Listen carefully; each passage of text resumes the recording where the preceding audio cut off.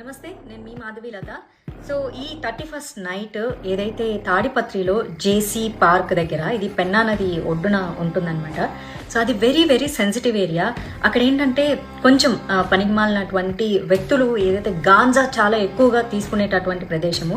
అక్కడ ఈ మహిళల కోసం న్యూ ఇయర్ నైట్, సో దయచేసి నేను మహిళలందరికీ రిక్వెస్ట్ చేస్తున్నాను, మీరు రాత్రి 1 గంట వరకు అక్కడ మీరు న్యూ ఇయర్ సంబరాలు చేసుకొని తిరిగి మీరు మళ్ళీ ఇంటికి వెళ్ళే ప్రక్రియలో మీరు వాడేటటువంటి ట్రాన్స్పోర్ట్, 2 వీలర్ అవ్వచ్చు, ఆటో అవ్వచ్చు, కార్ అవ్వచ్చు, లేక ఏదైనా అవ్వచ్చు, దారి మధ్య మార్గంలో ఏమన్నా జరిగితే ఎవరు మీ సెక్యూరిటీకి రక్షణ కల్పిస్తారు?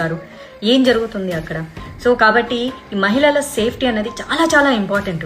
ఏదన్నా ఒక మంచి సమాజంలోనో, ఒక కమ్యూనిటీ హాల్లోనో, బాగా సెక్యూర్డ్ ఏరియాలోనో న్యూ ఇయర్ సెలబ్రేషన్స్ చేసుకుంటే నేను తప్పుపట్టేదాన్ని కాదు.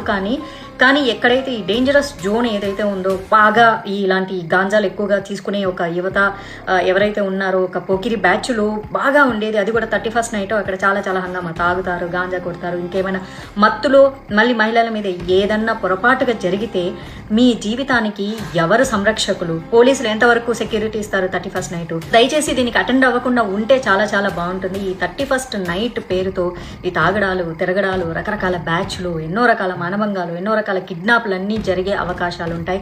దయచేసి మహిళలందరూ సేఫ్టీగా ఉండండి. ఆ తాడిపత్రులు ఎవరైతే జేసీ పార్క్ వెళ్ళాలనుకుంటున్నారో అమ్మ, మీరు దయచేసి ఇంట్లో కూర్చొని మీ ఫ్రెండ్స్తో ఏదో సరదాగా న్యూ ఇయర్ సంబరాలు చేసుకోండి. మీరు వెళ్ళొద్దు. నేనైతే దీన్ని ఖచ్చితంగా వ్యతిరేకిస్తున్నాను. ప్రత్యేకంగా లేడీస్కి మంచి ఫుడ్ ఉంది, ఫ్రీ ఫుడ్ ఉంది, ఎంజాయ్ చేద్దాము, మంచి మ్యూజిక్ ఉంది, డీజే ఉంది, పీకి పెట్టేది ఏం లేదు అక్కడ, ఓకేనా? ఆ మ్యూజిక్ నైట్ ఎంజాయ్ చేయకపోతే 31st నైట్ 2024 పోయి 2025లో మీకు కొత్తగా వచ్చేదేం లేదు.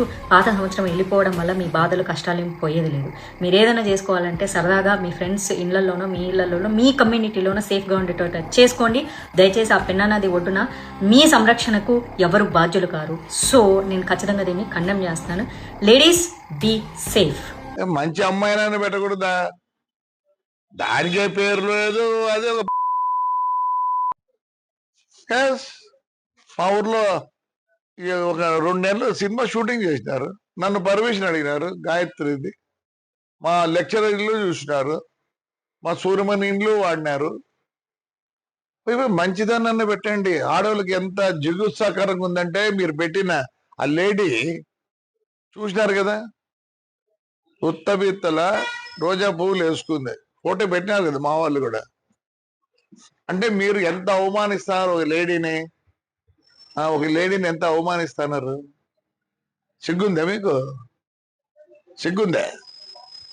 ఇంకొక ఆయన వచ్చిండు, తెలుగుదేశం ఉండే, మళ్ళీ ఇట్టపోయి ఆడో ఉంది. వీళ్ళు బతుకు తెరువు కోసం ఏదో పాటు పడతారు పాపం. అలాంటి దాంతో మా ఊరు మహిళలని మీరు చెప్పిస్తారా?